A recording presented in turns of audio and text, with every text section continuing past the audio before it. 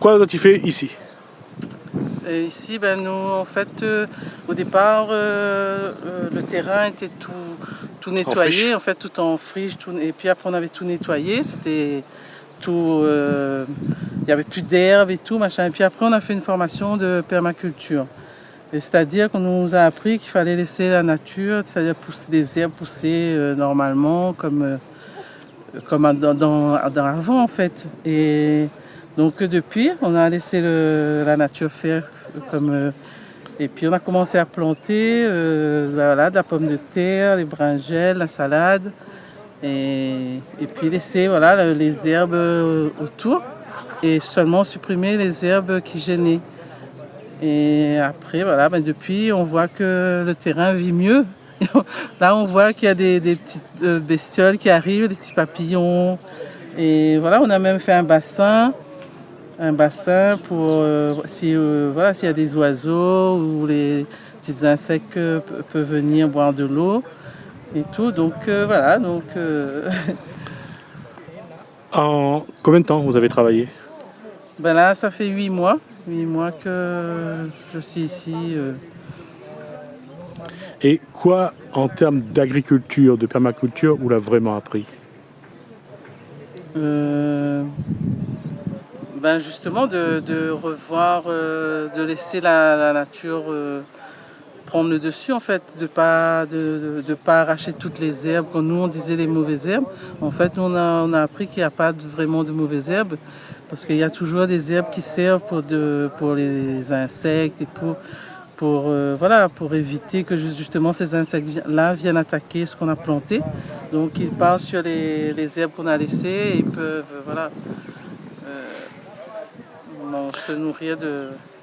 Quoi cette expérience-là la apporte à vous? Quoi vous l'a appris?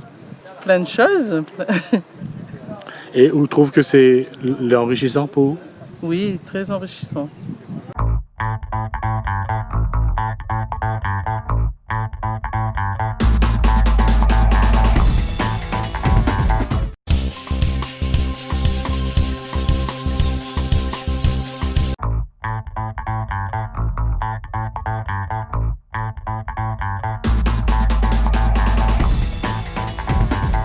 Combien de temps on est dans ce chantier-là? Mon petit 2 mois là. Alors, Et regarde déjà mon exploitation, elle est déjà bien, non? et pendant 2 mois, qu'on l'a fait? Ben, m'a cultivé, m'a fait mon jardin, ça à moi, ça à moi, ça à moi, ça aussi.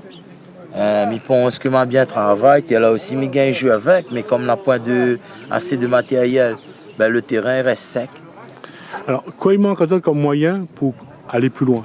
L'eau, 2-3 tuyaux, 2-3 petits affaires pour que ben, nos gars prennent le terrain vraiment en main encore. Au moins, ben, nos gars exploitent tout le terrain. Regarde comment on dit à nous les secs.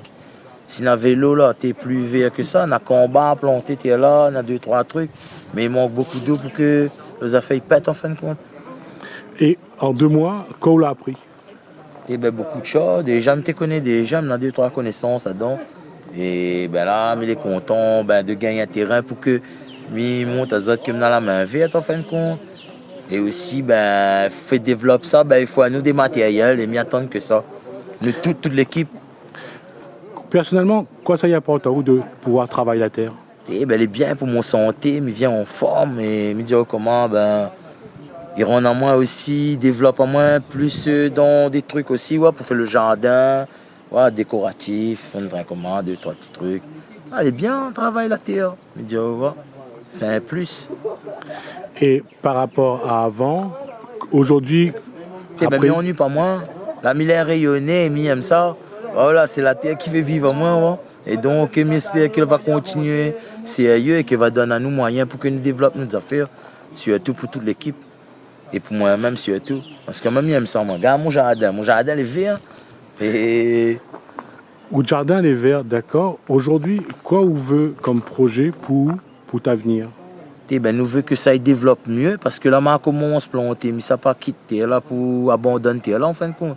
Mais vu que terre là, il devient vert et qu'il devient un jardin pour nous aider les autres, c'est que nous point et nous-mêmes, bon train comment, qu'il y a des trucs qui poussent. Et là, on a un joli potager, ben, faut exploiter tout. J'espère que madame le maire et les autres même m'espèrent va aider nous parce que nous les bonnes mamans, nous sommes dans la difficulté. Aujourd'hui, nous avons un petit moyen d'en sortir. Nous aimerions bien bouger un peu. Donc j'espère que va faire boum dans notre tête. Hein. Parce que nous sommes là, nous ne maillons pas.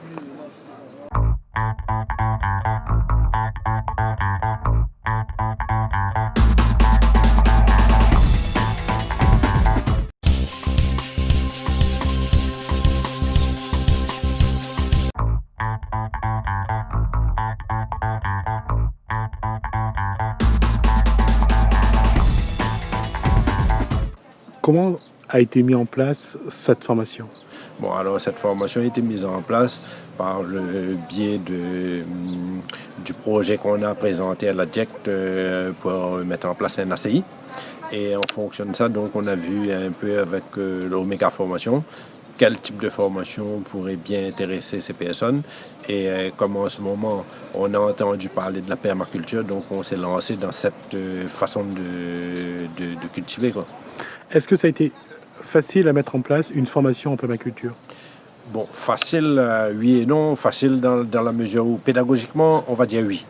Parce que le centre de formation est un peu rodé dans tout ça, où on a un peu eu des difficultés. Et c'est pour ça que seulement à la fin, on a commencé cette formation. C'est au niveau financier. Parce que la formation a un coût. Et heureusement que notre OPCA a joué le jeu et a pris en charge la formation. Alors, vous avez suivi cette formation. Comment les jeunes ont répondu à cette formation? Alors, les jeunes étaient présents déjà par rapport à cette formation. Et en plus qu'ils étaient présents, ils étaient intéressés. Intéressés pourquoi? Parce qu'à La Réunion, il y a une biodiversité qui est tellement immense que avec les formateurs, donc ils ont appris beaucoup de choses pour ne pas justement utiliser tout ce qui est pesticides. Donc comment faire en sorte que leur culture développe à travers les plantes qui existent déjà, que nous on dit ici les herbes sauvages, quoi. Donc, et là ils ont eu l'expérience par rapport à ça et ils ont compris qu'en fin de compte, au lieu d'enlever toutes les herbes qui sont autour, donc il faut les laisser parce que c'est ça qui va permettre à leurs plantes de bien se développer et de ne pas être piquées par les bestioles. Et comment les jeunes ont réagi à cette formation? Ah, les jeunes ont bien réagi. Tellement les jeunes ont bien réagi. Jusqu'à maintenant, la formation a terminé il y a près d'un mois. Jusqu'à aujourd'hui, ils demandent quand est-ce que le formateur va revenir pour les conseiller encore un peu, etc. On voit qu'ils sont intéressés par cette façon de cultiver. Et nous, réellement, le centre de formation joue le jeu, les formateurs jouent le jeu. Donc, de temps en temps, ils passent pour donner des conseils et pour essayer que tout ce qu'ils ont appris, reste là avec eux et qu'ils progressent au fur et à mesure. Est-ce que le CAP va essayer de trouver des moyens pour, à la rigueur, ajouter ne serait-ce qu'un module ou faire en sorte que ça dure encore un peu pour eux? Oui, en fin de compte, là, ils sont sur des contrats d'initiation, on peut aller jusqu'à 2 ans. Mais nous, notre but, c'est que ces jeunes-là ne restent pas sur notre jardin. Le but pour nous, c'est essayer de trouver d'autres solutions ailleurs. Et d'ailleurs, avec le centre de formation, donc sur Bapanon, on est en pour parler avec un propriétaire terrien pour qu'il mette à disposition des terrains pour que les jeunes qui veulent s'investir donc ont une parcelle et qu'ils font leur petite entreprise autour de tout ce qui est agriculture. Comment vous allez continuer à les accompagner? Alors, au CAP, nous, on a un service d'accompagnement qui est dirigé par un accompagnateur social et un accompagnateur professionnel. Donc, de temps en temps, donc, on va aller sur les terrains avec eux pour voir un peu comment les diriger, surtout dans la création d'entreprises, s'ils veulent créer leur entreprise, dans l'accompagnement aussi social, parce que au-delà du travail, donc il y a d'autres petits problèmes qui se greffent autour d'eux. Donc nous, notre but, c'est justement essayer de trouver des solutions pour que demain, ils s'envolent, quoi. Et ce sera tant mieux pour eux.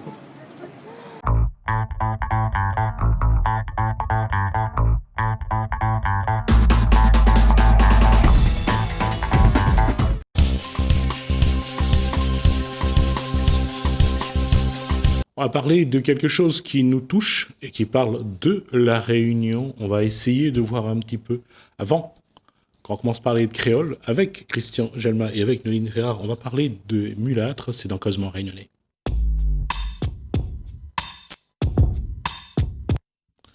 Bonsoir Noéline et bonsoir également Christian. Donc, Salut. On connaît ça, Noéline Ferrard et Christian Gelma. Quand on parle des premiers Réunionnais, et je parle des premiers Réunionnais, c'est un peu péjoratif, mais des premières personnes arrivées à la Réunion, on parle souvent de païens, on parle de 1654 environ. 54. Et avant, il y avait du monde. Enfin, la Réunion a toujours été habitée depuis que l'homme existe sur cette terre. Parce que dans les montagnes, il y a des traces. Il y a des sculptures qui existent. Il y a des choses qui existent que par la suite, la France, sous plus tard, va chercher à effacer. Et à partir de quel moment on a trouvé des traces qu'on a pu, à la rigueur, j'allais dire, identifier? Il y a un qui est très célèbre, enfin, on va dire le mot célèbre, parce qu'il est très connu. Il y a 10 ans de ça, on a trouvé un squelette à Tapcal. À Tapcal. Alors, on va juste préciser que Tapcal par rapport à Sillaos. Ouais. Hein? Tapcal est à Île-et-Acorde. Voilà. Sillaos, Île-et-Acorde. Ouais. On a trouvé un squelette, et ce squelette, il a disparu de la circulation. On ne sait pas où il est, on l'a pu le retrouver, et sur le lieu, il y avait un grand mur en pierre, et les archéologues disent que ce n'est pas les Africains ni les Malgaches qui ont fait ce mur, mais sans plus de haut détail. Ouais. Est-ce qu'il y a une datation? Justement, il y a quelque chose qui se passe autour de ce squelette qui semble être mystérieux, parce qu'on n'a pas de nouvelles, on n'a plus de nouvelles de ce squelette, et le souci, c'est là le souci. S'il y a une datation, ça veut dire qu'on ne peut pas dater ce squelette. Enfin, la France ne veut pas le dater, parce que si on date, ça peut prouver qu'avant l'arrivée des Français, il y avait des personnes qui vivaient sur l'île. Donc l'île n'était pas vide. Le squelette a disparu, la datation avec. D'accord.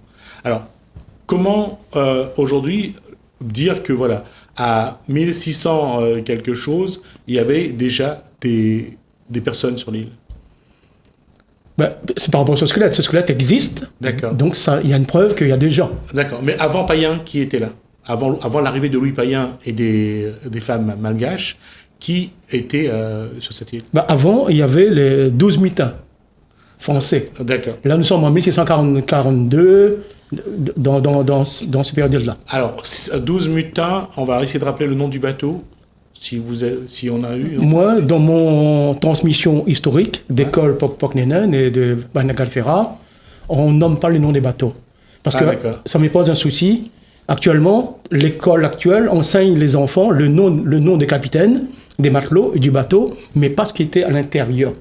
Moi, ce qui m'intéresse, c'est à l'intérieur. D'accord. Et le bateau donc va mouiller dans la baie de Saint-Paul? Ou pas? Voilà, Saint-Paul, certains disent à Sainte-Suzanne.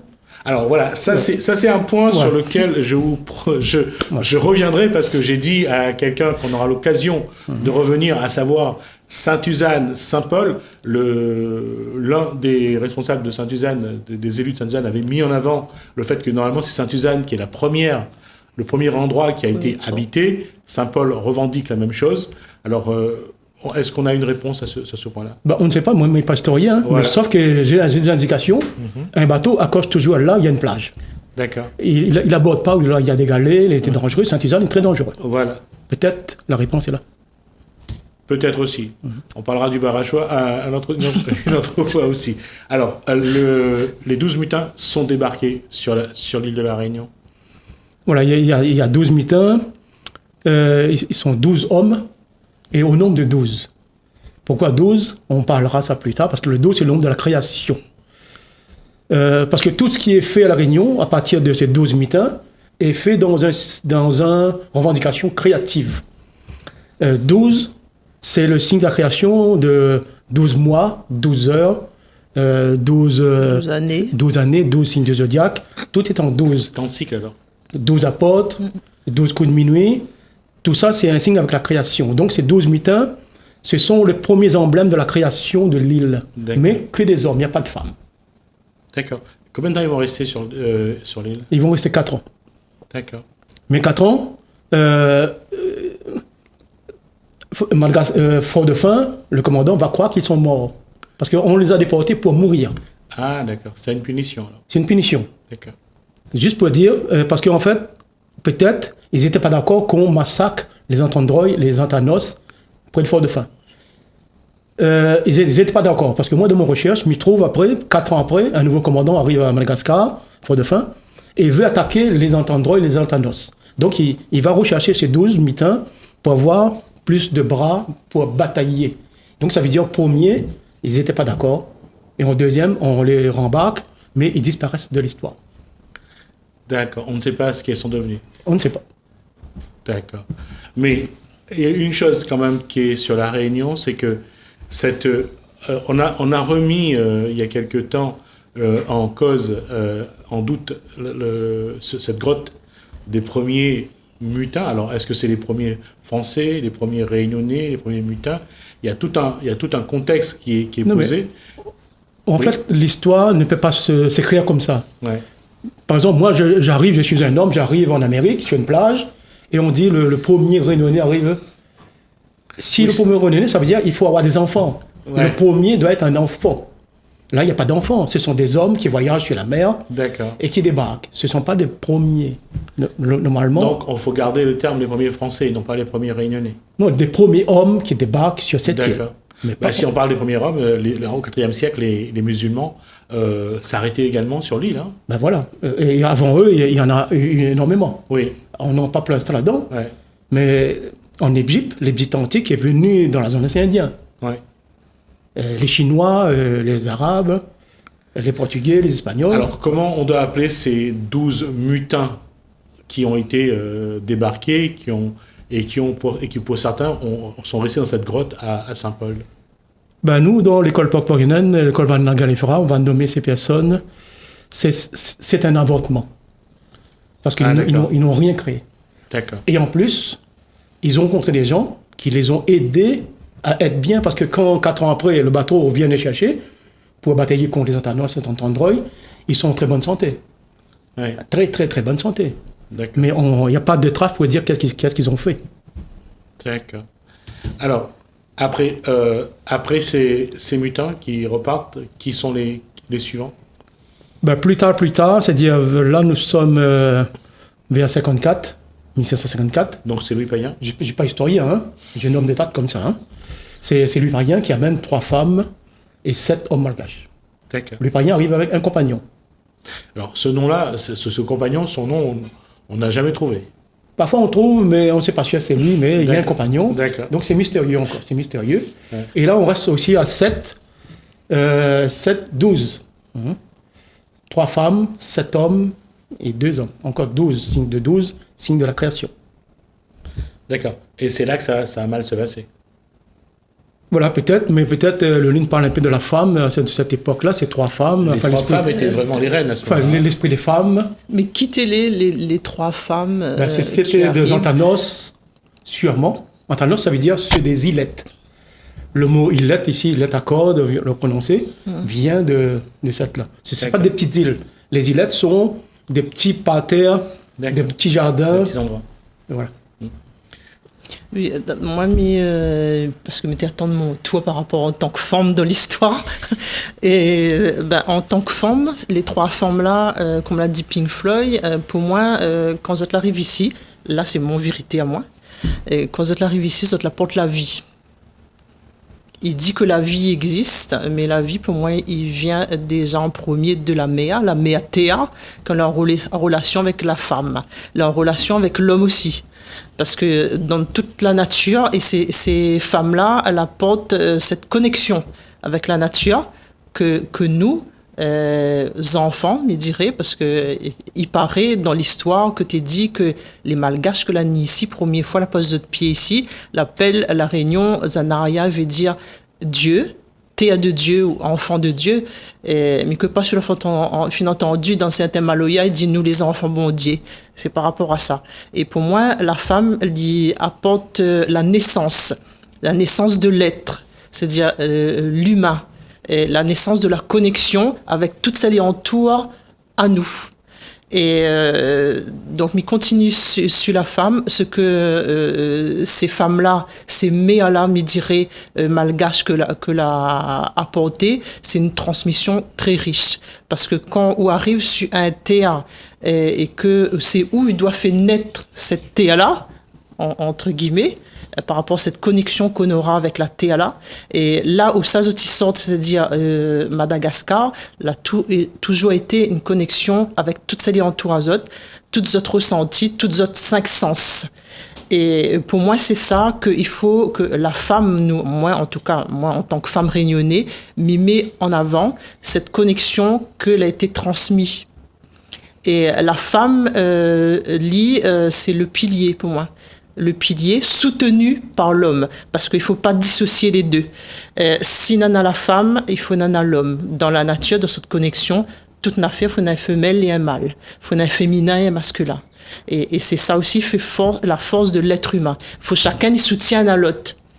Mais les 3 femmes, apparemment, s'entendaient bien, parce que il y aura rapidement des enfants. Oui, en fait, il y aura des enfants. Rappelle à nous, là, il y a un instant, on parlait que les 12 mutins, c'était que des hommes, mais sauf dans une certaine religion, on dit que c'est l'homme qui crée. Hein. Dieu est un homme, c'est l'homme qui crée. Or, là, c'était la vision, 12 personnes vont créer quelque chose, mais sans femmes. Et là, plus tard, arrivent des femmes qui vont mettre la vie en place avec 2 hommes, mais on va comprendre que ces 2 hommes étaient aussi mal intentionnés. La femme... On parle de Louis Payen et de... De Louis Payen, son compagnon. Ouais. Parce qu'en fait, ils vont faire un enfant, ils vont faire des enfants, alors, et ils vont appeler l'enfant mulâtre. C'est 3 sœurs, c'est 3 sœurs normalement. On dit c'est 3 sœurs. Ouais. Mais ces femmes-là, ils viennent de lignées royales. Parce que Payen, comme un esclave, hein, ouais. Parce que le Rouennais, on a toujours dit, le Rouennais croit que la France l'a toujours dit que l'esclave était malin, maligne, était mal souffrant, était fatigué. Oh, c'est totalement faux. Quand on achète des esclaves, il faut qu'ils soient forts comme un cheval. On contrôle tout. Le mix, tout le corps est contrôlé. Il n'y a pas un esclave, enfin un homme qui va le doigt coupé, la jambe coupée, la main, ou il est fou ou folle. On amène des hommes très très forts et des hommes qui connaissent beaucoup de choses. Donc ces 3 femmes-là descendent de lignée royale Antandroy, Antanos, et descendent aussi des reines Vazimba. Vazimba, ce sont des êtres en Madagascar que le malgache ne connaît pas forcément. Tout ce qui est presque invisible est considéré comme Vazimba. Par exemple, moi, je marche dans la forêt, je découvre un gros rocher, dessus une inscription, ben je dis c'est Vazimba. Ça se traduit l'histoire dont on ne connaît pas, on ne se souvient plus l'histoire. Donc ces femmes-là, ils descendent de cette logique de Vazimba. Et les Vazimba, c'est une spiritualité lointaine, très lointaine, qui remonte au 9e siècle, qui remonte en Asie, et l'Asie va remonter plus tard dans la Lémurie. Là, je vais vite, là. Hein. Alors, on va quand même situer la Lémurie, parce que j'ai toujours un problème avec la Lémurie. On le situe à Madagascar aussi. Non, la Lémurie, c'est... Sous la Lémurie, les restes de la Lémurie, c'est la Réunion, ouais. Madagascar, voilà. L'Inde. Okay. En fait... Toute la zone indo-océanique. Indo-océanique. Juste pour comprendre, ouais. La Lémurie, la Terre, si vous voulez, la Terre est plate. Ouais. La Terre comme une pomme. Les gens disent que la Terre est ronde. La Terre n'est pas ronde. Mange une pomme, tu vas voir que la pomme, elle est plus ronde. C'est l'eau, quand l'eau va arriver, il va engloutir la Lémurie. Et tout ce qui reste au-dessus de l'eau, c'est le sommet de la Lémurie. D'accord. Mais je reviens à ce que je disais sur les enfants. Le premier enfant qui va naître de ce groupe, c'est un garçon, je crois. Il y a 2 garçons qui vont naître avant et une fille après, d'après ce que j'ai lu. Voilà. Mais comme il dit, l'histoire est écrite d'une façon où on met quelque chose en avant. On a mis Anne Mousse en avant, voilà. Parce que c'est la première fille et elle va faire des enfants. D'abord, c'est la première fille qui est née sur cette terre de la Réunion et c'est elle qui va enfanter après. Voilà. D'abord, Anne Mousse, son enfant, sera nommé mulâtre. D'accord. Par le père. Mulâtre. Louis Payen. Louis Payen ou un autre. Enfin, nous, on n'est pas historien, on n'en... Non, c'est pas Louis Payen, j'ai dit une bêtise. C'est... Non, justement, Louis Payen ou pas lui, ouais. Nous, en tant que l'école le Poc Vanina, on n'est pas historien pour fouiller, mais on suit l'histoire, on suit la logique. Donc, cet enfant sera appelé mulâtre. C'est quoi mulâtre ? Ben, il va y avoir un petit... Ah, ouais, on y va.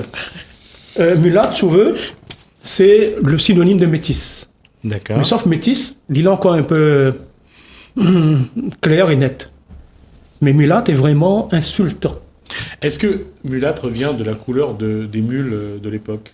Non, justement, il y a un rapport avec ça. Il y a un rapport avec les animaux. Ouais. Donc, l'homme, le géniteur, dit avec cette fille, rappelle à nous, à l'époque, elle a 13 ans, tous les trois, au moins 12, 13 ans, ils ne sont pas plus âgés, hein, et qui fait un enfant, et cette fille, le papa donne le nom de mulâtre. Et c'est quoi mulâtre? Mulâtre, ce sont des croisements d'animaux. Après, il y aura plusieurs noms qui vont naître dans ce système colonial français pour dire que l'homme est supérieur à la femme et supérieur à l'enfant. Donc, un exemple. Mulâtre, je veux dire, c'est engendré de deux races, de deux espèces d'animaux. Bif et baf, nom donné à des prétendus métis engendrés du taureau et de la jument. Bif et baf. Du cheval de la vache. Bardo ou bardo, du cheval à l'ânesse. Basmoul, du latin, d'un latin et d'un grec. Basta, batardise, batacité. Alors basta, ça c'est utilisé en Provence. Ce terme est utilisé en Provence. Pour ceux qui ont vu La fille du pusatier, par exemple, quand Rému parle de basta, en fait, après plus tard, ça doit venir, vous enlevez le S, ça devient bâtard. Vous mettez un chapeau sur le A pour faire bâtard. Et c'était en français, on enlevait le S, par exemple, aussi à hôpital. Avant, on disait hospital. On a mis le chapeau sur le O. Donc, c'est pas un terme qui est seulement pour ce que dit Christian Jamin, c'est un terme qui a été vraiment utilisé sur le territoire national. Oui, et bâtard, si vous voulez, c'est un enfant né dans une case où le père ne reconnaît pas l'enfant parce que ce père, il a déjà des enfants dans la case même. Ouais. Après, il y a binaire, bouganaise, d'un Indien et d'une négresse, Bouago, Bassé, Corneau, Maltin, d'une chienne courante, homme ou femme de couleur, crocotte, enfin, il y a plein de noms. C'est-à-dire qu'on a quand même comparé l'enfant qui naît sans père, entre guillemets, à un animal. Enfin, c'est l'homme qui se met dans la condition d'un animal fort. Donc, on montre que cet homme n'aime pas cette femme, ni son enfant. Et c'est violent. Et nous, l'école Poc-Poc Vanilla Gallifera, justement, on travaille sur cette violence-là. Notre présence sur ce plateau, on va parler de ce mot. Tout à fait. Non, c'est bon. La violence, il est toujours là. Noline, peut-être... Alors, quand on parle de violence, avant de continuer, c'est une violence due à une situation sociale. D'accord ?